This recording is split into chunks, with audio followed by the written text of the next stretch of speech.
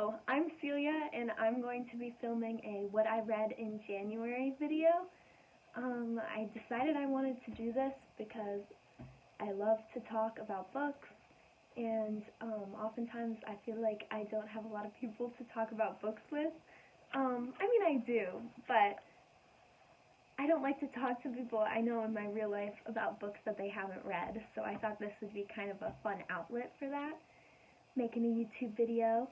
And also because a few months ago I was talking to my mom about booktubers and book Instagrammers and how they get free copies of the books, of some books, not the books as a general concept, some books before they come out, and she was like, you need to get on that, you could totally do that. And I was like, okay, I'll keep that in mind. So I thought this would be fun. I'm in front of my Taylor Swift wall, so I hope you appreciate that. It's the only semi-clean corner of my entire room. I just got a text.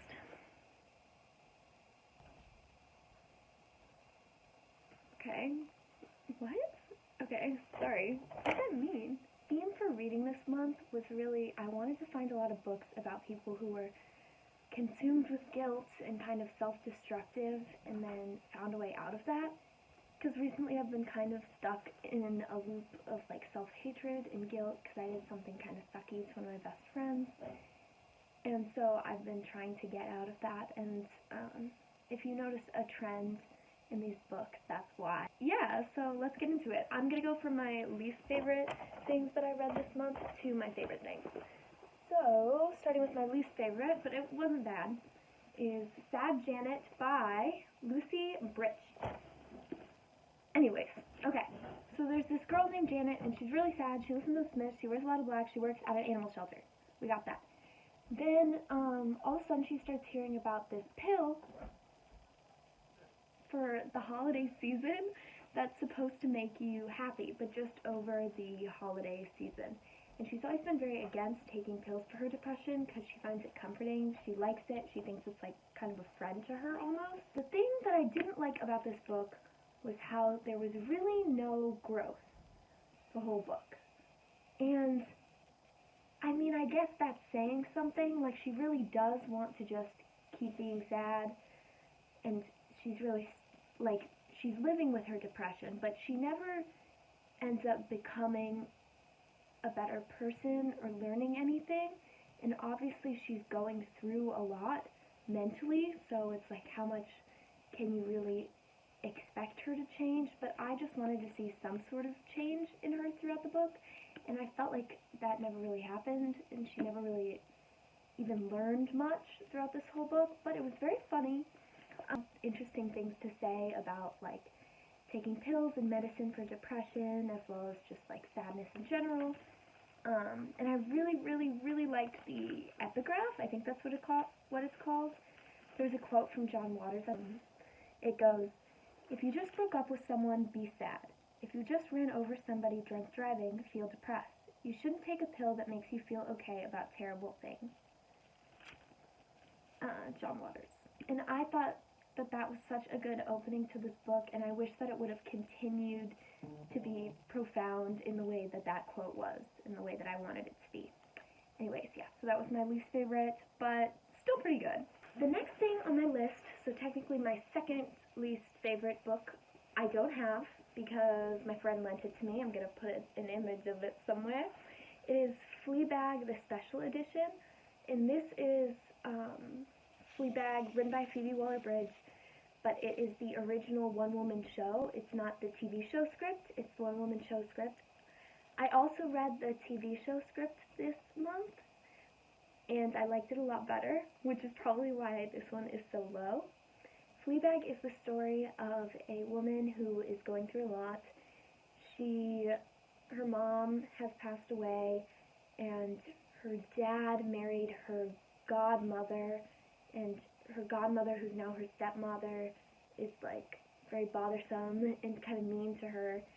And her best friend Boo has recently died because she walked into traffic, like a bunch of moving bicycles because she wanted to get injured to punish her boyfriend for cheating on her so that he would have to like visit her at the hospital and be really concerned for her. Yeah, I'd say that's the plot. It's all about like self-destruction and guilt, and friendship and family, but I didn't like the original one-woman play as much as I liked the television script. It was nice because I got to see a little bit more of the character Boo in the one-woman show, I think. I don't know, just the way it was written, you got to hear more of her personality and have more scenes with her. This is a spoiler alert, but I didn't like the way that the character Fleabag killed the guinea pig in this one-woman show. I thought that was a little bit much, and I get that it's supposed to be like she's holding on so tight to Boo and holding on so tight to this guinea pig that it like bursts and it dies, but I don't know, I just thought it was a little bit much. I think that the original one-woman show was probably really, really great as a one-woman show, but the script for the TV show is just so much better, because you can tell there was a lot more editing and a lot more work on keeping the jokes really witty and quick and direct. The one-woman show seems a little less flushed out, but it was still really, really good, and I think that if I hadn't read the screenplay, I would like this one a lot better, because I just love the story and I love the characters so much, and the writing is really, really amazing in both. But since the other one was just so much better, it's like hard to compare them. Oh, let me read you something actually. The one thing that I really, really loved about Fleabag the Special Edition was that there was more information about the behind-the-scenes work of writing Fleabag, how it originated, who helped write it, as well as it opens with a, like, essay from a critic talking about Fleabag as a show, and I loved this quote, so I'm going to read it. She, Fleabag, is our hunger to be desired, our desire to be adored, and our mistakes that cannot be erased by a million pencil rubbers. She is our lust, our hypocrisy, and our painful longing to be better. Fleabag is the underbelly of our feminism, which is just as real as the glossy topcoat. Her mischievous joy makes it possible to look at our own bloody handprint on the wall and think, it'll wash off. And that's a quote from Deborah Francis White. And I just thought that perfectly summarized what I love about the story. Okay, so next what I read was Frank O'Hara, Selected Poems. I really liked Frank O'Hara's writing. I thought it was super interesting. He talks a lot about sexuality, friendship, art, the creation of art. You can tell that you can tell that he was friends with a lot of artists. Famously, like Joan Mitchell, he was friends with. So there's a lot of like ode to blah blah blah blah blah, and it'll be like, I think there's literally one called Ode to Joan Mitchell. He talks a lot about the creation of art as a concept, I don't know, and like making art as an escape, as well as a lot about consumerism of the 50s, and a little bit about war and just kind of mundane life, which I thought was really interesting. I especially liked all of his poems just about life and love and really simple things. I'd say the reason why it's ranked so low is just because it wasn't a very curated collection of poetry. Like, I read just selected poems of Frank O'Hara, and I think that I needed a smaller amount so that I could focus specifically on a few poems that I really loved instead of having so many, and some of them felt kind of not mediocre, but a lot less good than my favorites in this collection, and I wish it would have been just, I wish I would have picked up a more curated selection of his poems to read. I picked up this book because in the book Normal People by Sally Rooney, Connell gives Marianne a collection of Frank O'Hara's poetry, and I love Normal People, so that's why I picked it up, and I have to say, he has good taste. I really like this poetry. I mean, it wasn't my favorite ever, but I'll read my favorite one, though. Called a Poem, and it was written in 1956. Instant coffee with a slightly sour cream in it, and a phone call to the beyond which doesn't seem to be coming any nearer. Ah, Daddy, I want to stay drunk many days. On the poetry of a new friend, my life held precariously in the seeing hands of others, there in my impossibilities. Is this love? Now that the first love has finally died, where there were no impossibilities. The next book I want to talk about is 84 Charing Cross Road by Helene Hannes. I don't know if I said her name right. If I didn't, that's really embarrassing. So this book is low on my list, I think just because I was expecting a lot out of it and it wasn't quite as good as I thought it would be. I know that it's been recommended by a lot of my favorite book people on YouTube. About an American woman writing a bunch of letters to a bookshop in England. The bookshop's located on 84 Charing Cross Road, and she writes about all these antique books that she wants.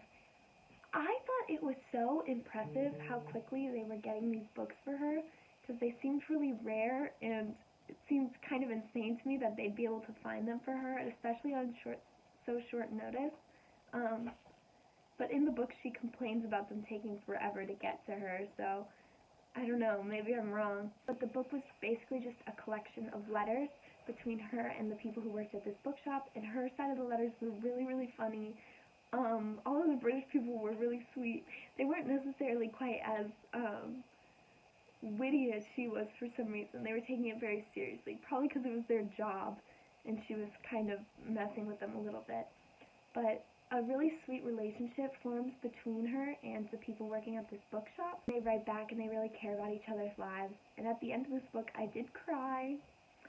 I won't say what happens. I mean, it's a real life story, but I don't want to spoil it.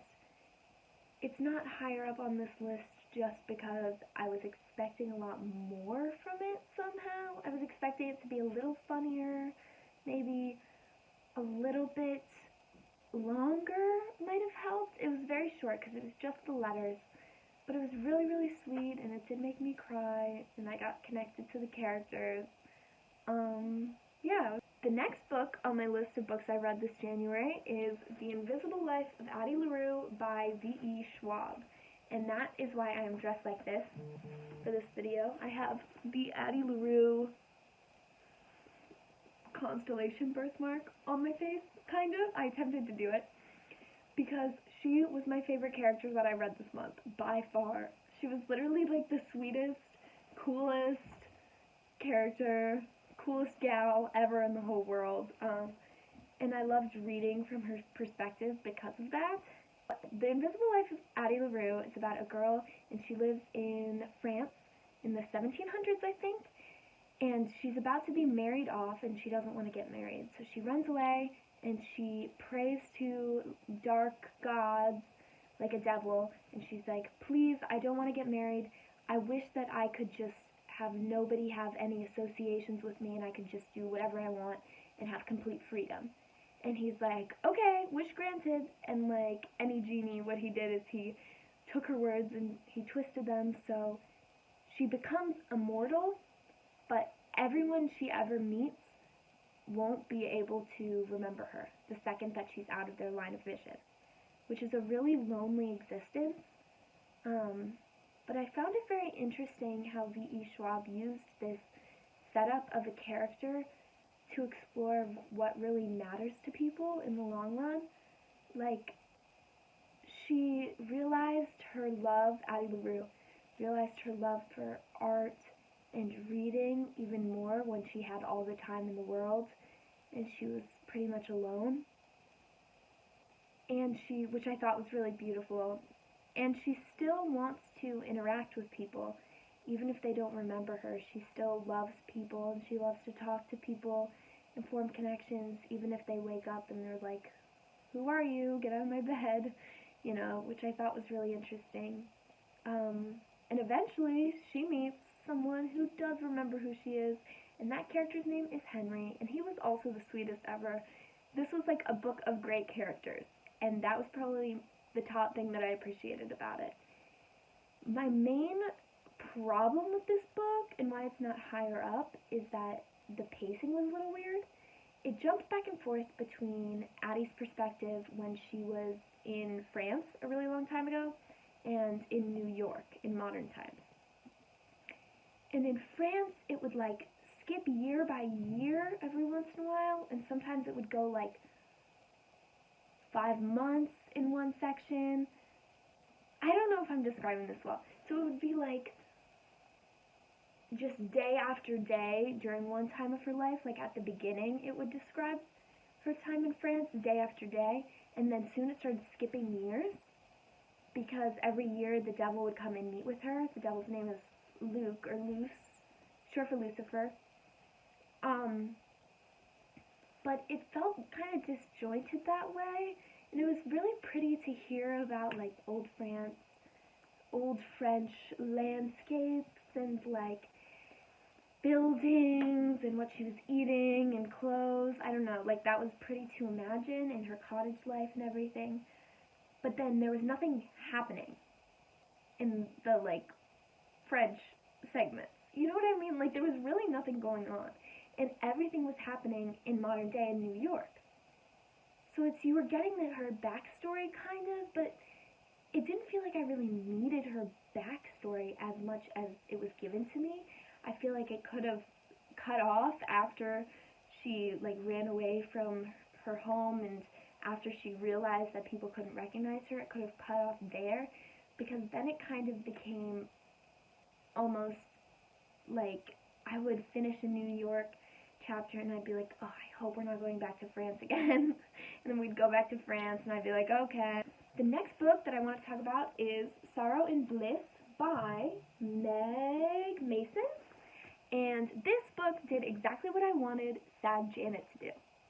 Because the main character in this book is a jerk. She's kind of horrible at the beginning, but she's going through a lot of self-hatred, and she feels really guilty for everything she's doing all the time. But then at the end, there's an arc. She learns from it, and she's able to repair relationships, which I thought was really nice to read. I love the way that it described her, like, mental health decline. I think it says, oh yeah, when she was 17, a little bomb went off in her brain, and she was never the same. And you end up reading about that, about her being 17, and then all of a sudden she doesn't want to leave her room. She shuts herself in, and she's always crying and freaking out about everything. And that's when she starts lashing out at the people she loves and kind of isolating herself. This book kind of had an unreliable narrator, but not in the typical way, because she wasn't trying to make herself appear better than she was. I actually think that she probably was making herself seem worse than she was, because she hated herself so much. But you saw how much her family, especially her sister and her husband Patrick, really loved her throughout the book. So you know that she can't be that bad. You know what I mean? Because these people really love her, and they forgive her, and they love her energy and everything. But the way that she describes herself, she's like the worst person in the world, and she's totally unlovable. So yeah, it was cool. It was an unreliable narrator in a non-typical way, in a actually making herself seem probably worse than she is. Next, I want to talk about a collection of poetry that I read, which was Night Sky with Exit Wounds by Ocean Vuong. This was absolute genius, and probably my favorite poetry that I've ever read. I haven't read that much poetry, so maybe that's the issue, but I loved all of these poems. Ocean Vuong is a really great writer. He writes a lot about being Vietnamese and what that means, especially in relation to war and like the Vietnam War, as well as his sexuality and his family dynamic, how he ended up being raised, as well as like violence seems to be a theme throughout everything. Even when he's discussing like his love interests, he often compares them to like having guns and like being really big and strong and having all the power, in a similar way to how he talks about war throughout his poetry. I have so many poems tabs. There's this one poem in here that's a true story, based on a true story. It's called The Seventh Circle of Earth, comparing like Earth to Hell. And it was about a gay couple, Michael Humphrey and Clayton Capshaw, in 2018, being burned in their home.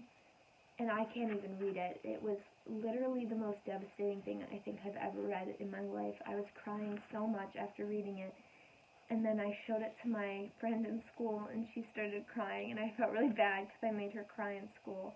But it was just, and it was written in a way that didn't paint the tragedy as the only thing that defined those two men's lives, because as they're being burned and they're seeing all their memories burning, they're talking about how much they love each other and all of the great memories that they built in this house. Well, I'm going to read a poem. I don't know which one to pick, really, because so many of them are so good, but I'll pick the first one that I have tapped. It's called Telemachus. Is that how you say that? I should have looked at the title before reading this, but okay. Like any good son, I pull my father out of the water, drag him by his hair through white sand. His knuckles carving a trail the waves rush in to erase. Because the city beyond the shore is no longer where we left it. Because the bombed cathedral is now a cathedral of trees. I kneel beside him to see how far I might sink. Do you know who I am, Ba? But the answer never comes. The answer is the bullet hole in his back, brimitten with seawater. He is so still, I think he could be anyone's father. Found the way a green bottle might appear at a boy's feet containing a year he has never touched. I touch his ears. No use. I turn him over, to face it. The cathedral in his sea-black eyes. The face not mine, but one I will wear to kiss all my lovers goodnight, the way I seal my father's lips, with my own, and begin the faithful work of drowning. The next book that I want to talk about, number 4, I think, this one, yeah, was Never Let Me Go by Kazu Ishiguro. This book was really, really freaking good. It is about a bunch of teenagers, and they went to an elementary school where they were taught only to be creative. And they were taught to create all of this art, and then the art was taken away from them and put in a gallery. And they don't really know what this means, but since this book is being told from Kathy, the main character's perspective, you get to hear her at the beginning talking about her modern-day life, and she's just reflecting on her childhood. So you know from the beginning that there's something going on with these carers who are taking care of people who are donating their organs. And her best friends, Ruth and Tommy, I think are their names, are among the people who are donating their organs. And these people who donate their organs die soon after donating. Like, they donate until they die.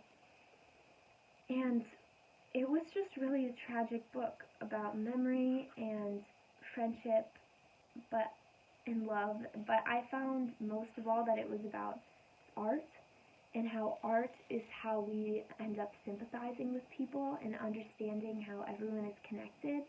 And that's a really big main theme through this book. And also how art can be interpreted in different ways by different people.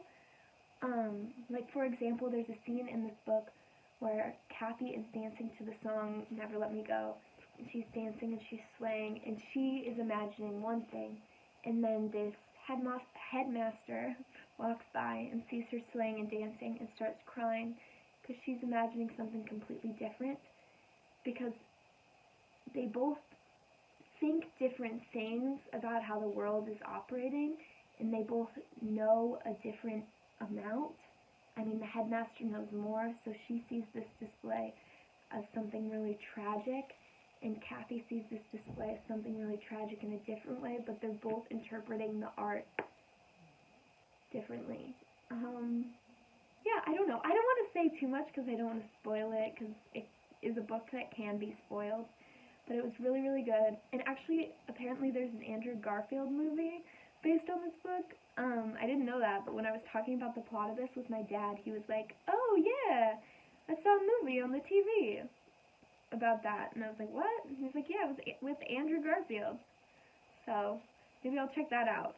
But this book made me laugh, made me cry, made me freak out at school, at my lunch table, and everyone was like, Celia, what is wrong? And I had gotten to a certain scene that was really hitting at the moment. Just a very profound, emotional, good book, but also kind of a fun read. I mean, especially just reading about the friendships, I thought was really fun. Before I get to my top 3 books of the month, I wanted to talk about a lot of reading that I've been doing this month has been rereading sections of Beautiful World, Where Are You by Sally Rooney. Pretty much every night before I go to bed, I read a different Eileen section from this book, and this month I also just sat down and read through only the Eileen sections of this book. This is a book by Sally Rooney. It's about 2 best friends, Alice and Eileen, and basically their like mental health struggles and their struggles with relationships in their late 20s, 30s, writing letters to each other because they're best friends, Alice and Eileen. And I love Eileen. There has never been a character that I felt more connected with in my entire life. I think we're the same person. I read her thoughts and I'm like, I'm glad I'm not the only one thinking those thoughts, because I really think those thoughts. Yeah, I just feel like we're the same person, so I tabbed all of her sections so I can go back and read them whenever I want. And I don't think Alice's sections are bad. Like, when you first read through this book, definitely read through the whole thing. Don't skip Alice's sections. Alice's sections are beautiful, super interesting. Alice is a great character. And who knows, maybe you'll relate more to Alice than Eileen. But I was just an Eileen gal, so yeah, I just wanted to mention how much I've been rereading the Eileen sections of this book. This is also probably my favorite, well, it's not really a romance book, but my favorite romance of the year is between Simon and Eileen. I made a whole Spotify playlist about it. I'm going to find my favorite quote about them because it freaks me out. So, this is about Simon and Eileen. But it could never be wrong with her, no matter what they did together, because she had nothing evil in her, and he would give his life away to make her happy. Okay, now we're on to the top 3 books that I read this month. Third place, I have Fleabag, The Scriptures by Phoebe Waller-Bridge. This was so good. I already kind of talked about the plot of Fleabag, so I'm not going to go over it again, but this was so much better than the original one-woman show, in my opinion, because it felt so much more condensed and clear, and every character had a very specific emotional path that was understandable, and season 2 was amazing with the hot priest. The hot priest, I'm literally obsessed with the hot priest. And I also love that Fleabag got to kind of, I mean, sort of spoiler, but she learns about herself and she gets to change at the end. Just such a good script. It's so quick, it's so witty, it's really hilarious. I laughed out loud while I was reading it. Okay, so this is my favorite scene from season 1. Fleabag gasps. Oh, Fleabag is reading a newspaper. Fleabag gasps. Boo, what? Fleabag. Oh no, I don't think Hillary's going to want to hear this. Hillary's the guinea pig. Boo, no, go on. Fleabag, no. Boo, go on. Fleabag. Okay, an 11-year-old boy was put in juvenile prison for repeatedly sticking rubber-ended pencils up the school hamster's butthole. Boo looks distraught. Boo, what? Fleabag, yeah. Boo, why would they do that? Fleabag, apparently he liked it when their eyes popped out. Boo, no, why would they send him away? He needs help. Fleabag, to the camera. This is in the future after Boo's died. She was a surprising person. Boo, they shouldn't have just locked him up. Blah, blah, blah. This is inappropriate, so I don't want to read it, because my mom will be like, don't read that. Anyway, so then eventually Boo says, and anyway, that's the very reason why they put rubbers on the ends of pencils. Because people make mistakes. And that seems like such a cheesy sentiment, like people make mistakes. Of course, it's kind of been played out, I've heard that a million times, but in Fleabag, which is such a witty, kind of dark show, it's really a touching moment to have this light interaction where Boo shows how like sweet she was and how forgiving, and it's also a really nice moment for Fleabag to think back on because she's trying to search for forgiveness from Boo after Boo's already gone. And then my other favorite part, I mean this is a classic. Fleabag says, "And I'm ashamed of not knowing what I," Priest says, "want? It's okay to not know what you want." Fleabag, "No, I know what I want. I know exactly what I want. Right now." Priest, "What's that?" Fleabag, "It's bad." Priest, "That's okay." Fleabag, "I want someone to tell me what to wear in the morning."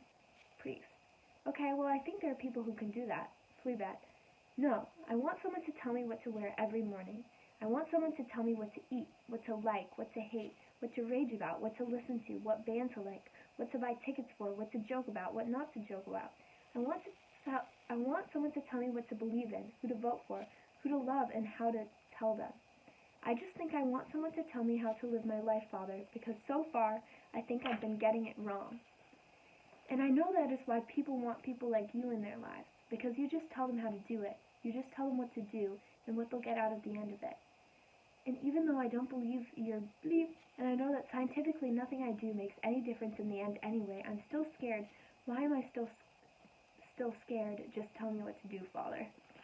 And then things get a little bit spicy, but anyways, it's really, really good, and I think that it's kind of a relatable story and character for a lot of people, which is why it resonates with so many people, especially that scene. Yeah, 2 that I read this month was Letters to a Young Poet by Rilke. This is a collection of letters that Rilke wrote to a young poet who was reaching out to him to ask about how to write his poetry, basically, like what he should do, what to do in the creative process. But Rilke gives him advice not just on his poetry, but also on life, and particularly how to live in solitude without loneliness, and how to love, and how to go outside every day and see how beautiful the world is, and really truly appreciate it. And I loved this book because I felt like advice that I needed, you know? Like every page of it felt like something that I needed to hear. And when I was done reading it, I was walking around looking at everything like, whoa, the world is so amazing. Every little thing, I couldn't stop thinking about how amazing it was. And that's like the best thing that a book can do to you, I think. Plan is I'm going to read this every year and get a different color pen, or whenever I need to, get a different colored pen and then annotate the sides so I can see how my reading of it changes over time. So I did a lot of annotations. I really customized this book. I did little doodles too. And also, Rilke had one of the most modern takes on women and feminism I've ever read coming from this time, because I was not, when he started talking about women, I was expecting it to go downhill for a second, because that's kind of what classics are. It's like, they can be really good and giving great advice, and I'm super into it, and then all of a sudden they're like, oh, women, and then it like totally derails for a little bit, and it becomes like, okay, you can stop talking now. But Rilke says, someday there will be girls and women whose name will no longer signify merely an opposite of the masculine, but something in itself, something that makes one think not of any complement and limit, but only of life and existence, the feminine human being. And I thought that that was just wonderful. And I thought that that was even a valuable feminist sentiment today, because a lot of the time now people are trying to break out of the, like, I hate using this word, but like girl boss feminism, the feminism where women are just trying to do things in the very, like, climbing up the ladder, capitalist way that men have been doing it for a long time in order to achieve feminism, and that's one way of going about it. But I just thought this sentiment was really nice, of girls and women being their own beings, feminine if they want to be. Anyone who wants to be feminine can be their own feminine being, and it doesn't affect how much of a person and a human they are, and how they can love equally with another human being. I thought that was kind of like a surprising belief for the time for Rilke to have, and I really, really loved that section. We are to number 1 book that I read this January, and the number 1 book the number one book.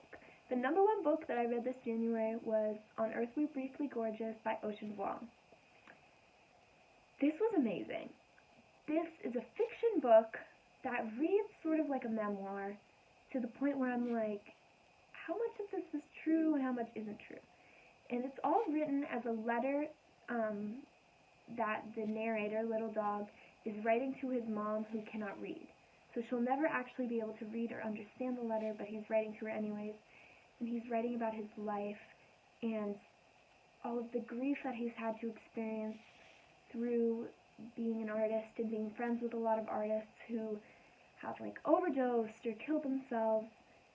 Also, he writes a lot about family dynamics, but not just family dynamics, family history, stemming from like the Vietnam War and then going on to the next generation, and how every generation has been impacted by violence and racism, and also how the family works as a whole, as like an isolated structure, how the grandma acts towards Little Dog versus how the mom acts towards Little Dog.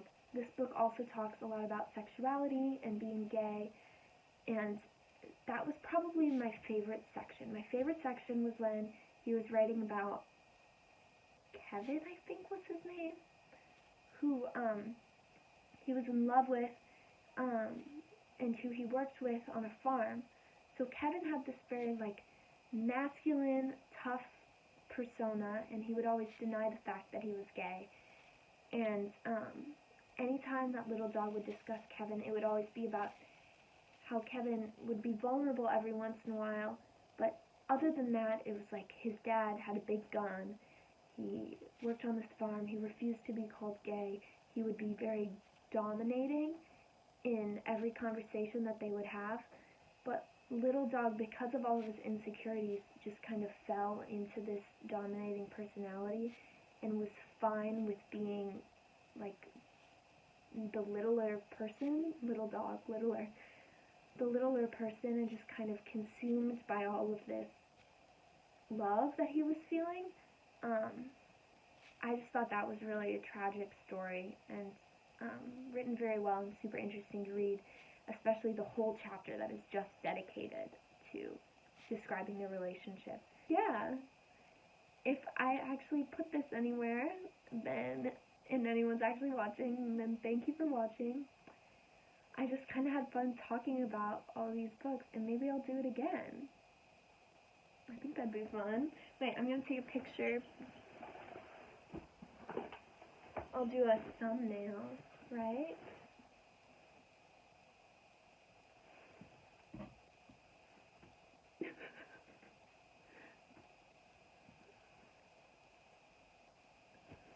Okay, cool. Bye, thanks for watching.